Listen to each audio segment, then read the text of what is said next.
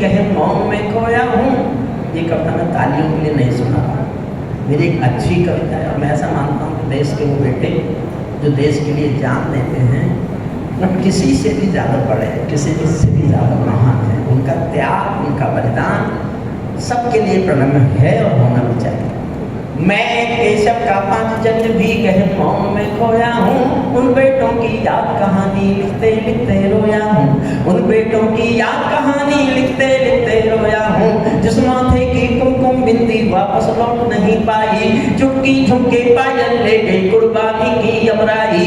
कुछ बहनों की राखी जल गई है बर्फीली घाटी में, वे भी के गठबंधन मिल गए हैं करगिल की माटी में। पर्वत पर कितने सिंदूरी सपने दफन हुए होंगे, भीष्म सत्रों के मधुमासी जीवन हवन हुए होंगे। टूटी चूड़ी धुला महावर रूठा कंगन हाथों का, कोई बोल नहीं दे सकता बासंती जज्बातों का। कोई बोल नहीं दे सकता बासंती जज्बातों का। जो पहले पहले चुंबन के बाद नाम पर चला गया, एक पल का एहसास जीना बस मेरे साथ। जो पहले पहले चुंबन के बाद नाम पर चला गया, नई दुल्हन से छोड़कर युद्ध काम पर चला गया। उनको भी मीठी निदिया की करवट याद रही होगी, खुशबू में डूबी यादों की सलवट याद रही होगी। खुशबू में डूबे सपनों की सलवट याद। और दो पंक्तियां मुझे लगता है मेरे जीवन में सबसे अच्छा बस ये लिखा, श्रद्धेय रिसीवर के चरणों में रखता हूँ। उनको भी मीठी नींदों की करवट याद रही होगी, खुशबू में डूबी यादों की सलवट याद रही होगी। उन आंखों की दो बूंदों से सातों सागर हारे हैं, उन आंखों की दो बूंदों से सातों सागर हारे हैं। जब मेहंदी वाले हाथों ने मंगल सूत्र उतारे हैं, जब मेहंदी वाले हाथों ने मंगल सूत्र उतारे हैं। पीली मेहंदी रोई होगी चुपके घर के कोने में, ताजा काजल छूटा होगा चुपके चुपके रोने में। जब बेटे की अर्थी आई होगी सोने आंगन में, शायद दूध उतर आया हो बूढ़ी माँ के दामन में। शायद दूध उतर आया हो बूढ़ी माँ के दामन में। वो विधवा पूरी दुनिया का, सारे संसार के किसी भी मजहब में स्त्री अर्थी को कंधा नहीं देती, पूरी दुनिया के किसी मजहब में। भरतपुर के पास एक गांव है अजान, मैं कल्पना नहीं कर रहा, सत्य बोल रहा हूँ।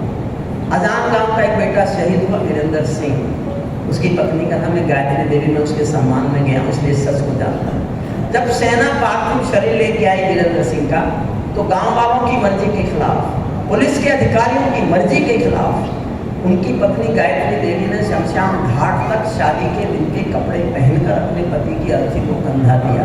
ये दुनिया की पहली घटना थी जब कोई औरत अर्थी को कंधा दिया। मैंने 2 लाइन लिखी है साहब इस पर, सहजना प्यार से। जब बेटे की अर्थी आई होगी सोने आंगन में, शायद दूध उतर आया हो बूढ़ी माँ के दामन में। वो विधवा पूरी दुनिया का बोझा सर ले सकती है, वो विधवा पूरी दुनिया का बोझा सर ले सकती है। जो अपने पति की अर्थी को भी कंधा दे सकती है, जो अपने पति की अर्थी को भी कंधा दे सकती है। मैं ऐसी हर देवी के चरणों में सिर झुकाता हूँ, इसीलिए मैं कविता को हथियार बनाकर गाता हूँ, इसीलिए मैं कविता को हथियार बनाकर गाता हूँ। जिन बेटों ने पर्वत काटे हैं अपने नाखूनों से, कल्पना करो कैसे लड़ते होंगे -48 और +48। जिन बेटों ने पर्वत काटे हैं अपने नाखूनों से, उनकी कोई मांग नहीं है दिल्ली के कानूनों से। जो सैनिक सीमा रेखा पर ध्रुव तारा बन जाता है, उस कुर्बानी के दीपक से सूरज भी शर्माता है। गर्म दहानों पर तोपों के जो सीने अड़ जाते हैं, उनकी गाथा लिखने को अंबर छोटे पड़ जाते हैं। उनके लिए हिमालय कंधा देने को झुक जाता है, कुछ पल को सागर की लहरों का गर्जन रुक जाता है। उस सैनिक के शव का दर्शन तीरथ जैसा होता है, चित्र शहीदों का मंदिर की मूरत जैसा होता है। चित्र शहीदों बहुत पहले देखना आया था भारत माता मंदिर। उस समय, उसके बाद तो कुछ घटनाएं घट गई, लेकिन उस समय हिंदुस्तान का पहला मंदिर था जिसमें भारत के शहीदों को जगह मिली। उससे पहले किसी धार्मिक मंदिर में हिंदुस्तान में शहीदों की मूर्ति नहीं थी। और मैं यहाँ बैठ के रोया था कि बहुत छोटा सा था जब बन गया था ये, उसके 2 साल बाद मैं देखने आया। अंतिम 8 लाइन सुन लीजिए, 8 मिनट 6 लाइन है। क्या ये देश उन्हीं का है जो सीमा पर मर जाते हैं? क्या ये देश उन्हीं का है जो सीमा पर मर जाते हैं? अपना खून बहा कर टीका सरहद पर कर जाते हैं। कोई युद्ध वतन की खातिर सबको लड़ना पड़ता है, संकट की घड़ियों में सबको सैनिक बनना पड़ता है। जो भी कौम वतन की खातिर मरने को तैयार नहीं, उसकी संतति को आजादी जीने का अधिकार नहीं, उसकी संतति को। अंतिम लाइन मैं एक लाइन ऐसी लिखना चाहता था कि अक्सर नेता मिलते हैं और गुस्सा आता है कि कुछ तो कहो। मेरे घर में भी है वो, तो जब मैं छोटा था तो पिटाई कर देते थे, जब बड़ा हो गया तो वो सोचते हैं कि हम उनसे डरें और मैं चाहता हूँ कि वो डरें। तो मैंने एक पंक्ति ऐसी लिखी, आखिरी विदा लेता हूँ वहां से, कि मैं गुस्से में इससे अधिक नेता को कुछ नहीं कह सकता। और इतनी चालाकी से मैंने कहा कि अगर नेता सामने बैठा हो तो उसकी समझ में ना आए, और समझ में भी आए तो इतनी देर में आए जब तक मैं निकल लूं। आपकी तालियों से विदा मांगता हूं। चौथी पंक्ति पर आपको लगे मैंने ये काम किया है तो मुझे जी भर कर जवाब देना। सैनिक अपने प्राण गंवा कर देश बड़ा कर जाते हैं, सैनिक अपने प्राण गंवा कर देश बड़ा कर जाता है। बलिदानों की बुनियादों पर राष्ट्र खड़ा कर जाता है।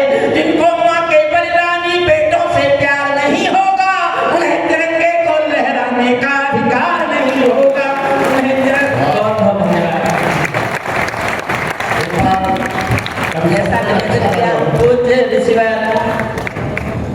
गुरुदेव, हमारा अनुरोध है कि आप आज आपके आशीष हमारे जीवन की सबसे बड़ी निधि हैं।